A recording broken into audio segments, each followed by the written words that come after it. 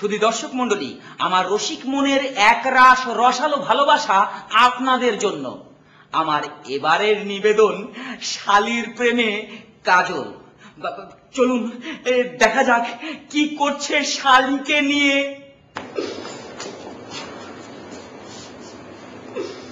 কি ব্যাপার দুলা ভাই, কাঁদছো কেন?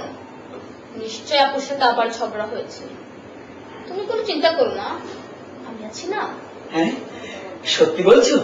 চলো আমরা দুজন ভেগে যাই।